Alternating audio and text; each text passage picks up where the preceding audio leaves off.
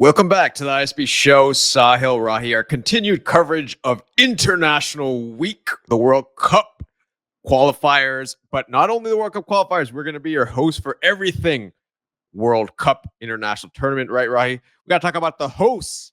All the hosts were in action, and you spent your day, right, yesterday hanging out in the rainy weather to watch the US men play. You should have probably been in Canada instead.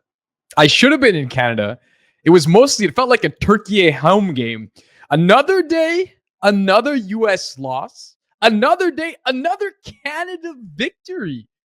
Looking like the class of the region. We'll get to that in a second. But yes, it was rainy, not great conditions. A very young, inexperienced team the US put out against some very good Turkish players.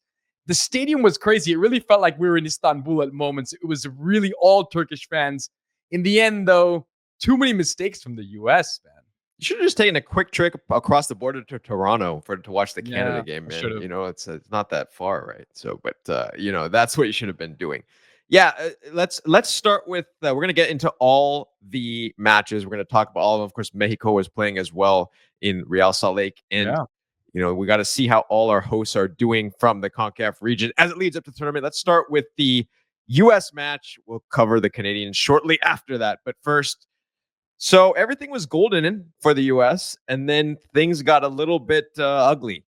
Very ugly. An emotionally disastrous moment from Johnny Cardoso, who's supposed to be on the move to Atletico Madrid, a big transfer. Another example of a player who's touted in Europe coming to this team and absolutely playing terribly. And we've seen this again and again from this player. He's had time and time again to prove his point. We'll see. He's still young, but I'm not sure what he gives you. When Tyler Adams came into the game in the second half, much improved, much more physical, much more aggressive. The team looked more in control. But the story of this game is the story of the players that weren't there for the U.S., right? On the other side, Turkey played, Arda Güler, Yildiz played, and on our time, Pulisic's on the beach, McKinney's in the Club World Cup, Musa's I don't know where he is, right? All these players vacationing, and the Turkish players came to the U.S. for a friendly and played, right? And that's the big story of this game. Yeah. So I think amongst the players that played, who would you say? Luca de la Torre was a standout for the U.S. men's national team? Absolutely. Yeah. The one player who was able to transfer his European form to the U.S. team, played with intensity, played with heart, was in and around everything good that they did, looked a step ahead of everyone else on the field. The other guy, of course, Tyler Adams, I think cemented how important he is. The second half was very different, much more control there in the middle. There were other moments here and there, right? Arston, I thought, was not bad. He got up and down the wing well. Yeah. Anybody else for you? No, I think that was about it. I will do a separate video at a certain point on Türkiye because, we've kind of talked about this team for a while, and I didn't love the Türkiye performance. Yes, they won the match, and, based on what happened in that short period of time where the U.S. made some unbelievably idiotic mistakes. Yeah. I mean, Arda Güler scored, but it was basically like, the easiest goal he'll ever get, some guy kicking the ball off him, Johnny Cardoso kicking the ball off him. Yeah, passing the ball to. There's literally two Turkish forwards there. I don't know where how that ball's supposed to go through, but you're right.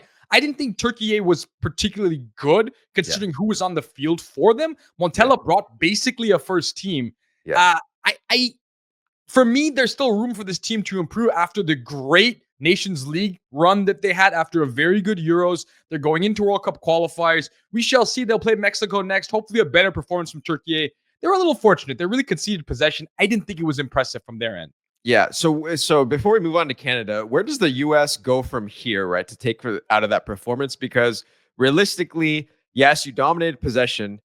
And that's another thing. I don't know why the U.S. men's national team feels they want to play this sort of possession-based football. I don't really get it, but that's a video for a whole nother time. I didn't think that was the problem today. I didn't think that they should have conceded possession and then countered because, frankly, the way we defend isn't good enough to really sit back anyways. I actually thought, despite this loss, this is the first time in a while I saw a little bit of progress, particularly in terms of the intensity they played with. And that's partially because all the players were different, right? Diego Luna, let's give another shout out to Diego Luna, brought the requisite intensity. So for me, a little growth, New players, inexperienced, much more intense. Let's see how this transfers over against Switzerland and then into the Gold Cup. Then we can judge. But there were moments, I would say. Yeah, yeah. I think the other thing I want to point out for U.S. men's national team fans out there is everything's just a little bit too static. I think for this team, that's where I think Yeah, it more was off the better. ball It was running better or more off today. the 100%. I think it was better. But yeah, like you said, there were some bright points. There's some bright points to take from it, and we'll see what they go from there. Speaking of bright points, much better weather also in Toronto. But man, if Tajon Buchanan, this was basically in every aspect, including the handball at the end, which is a little unfortunate for him, but he took over this match, man. Absolutely. I mean, I hope you didn't forget about this guy. Tajon Buchanan, before his injury, was on this insane trajectory, then had a terrible injury, and suddenly we forgot a little bit. And Canadian fans need to be reminded how good this guy is, because what a performance he had.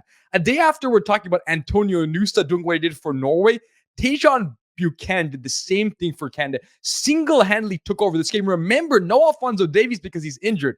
Jonathan David was there. Yes, there was some experimentation in the back. Wow. They completely dominated a good or decently good Ukraine team. They were never in the game. The scoreline is very flattering to Ukraine because of the 2 late goals. Canada looks at this point like the class of CONCACAF once again. But the caveat, again, you need big wins in big competitions, not friendlies. Yeah, 100%. But let's just talk a little bit about that because, I think Tajon Buchanan's moved to Villarreal, right? After he didn't really get playing time for Inter, was still trying to work his way back. He mentioned that it's helped him a lot, basically. That's what he talked about a little bit after this match. Yeah. But you just saw with this kind of performance by the Canadian team, this is what I love to see these kind of performances by them because, when they have the ability to just go on all cylinders, it's a very beautiful thing to watch. Super fun. Yeah. And that's the way they should play. If you look at the way they played, they really conceded possession, right? Yeah. Which is exactly the way Canada should play. Concede possession because when they counter, they're so deadly. Imagine if you add Alphonso Davies to the mix, you can counter like nobody else in CONCACAF and nobody else in compared to a lot of their countries, right? So for me, this is the right way for Canada to play.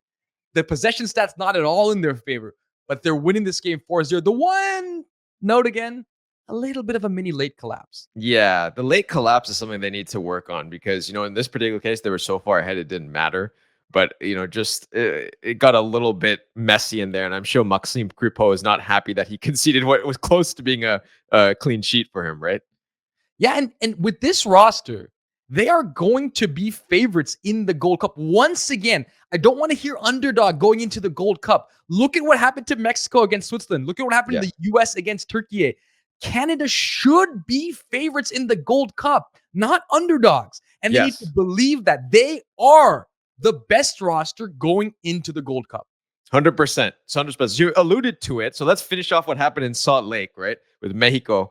And what in the world? That was one of the most bizarre games I've seen, including the offside incident. I mean, it was just such a strange match. And Mexico basically got beat pretty handily 4-2 in this match.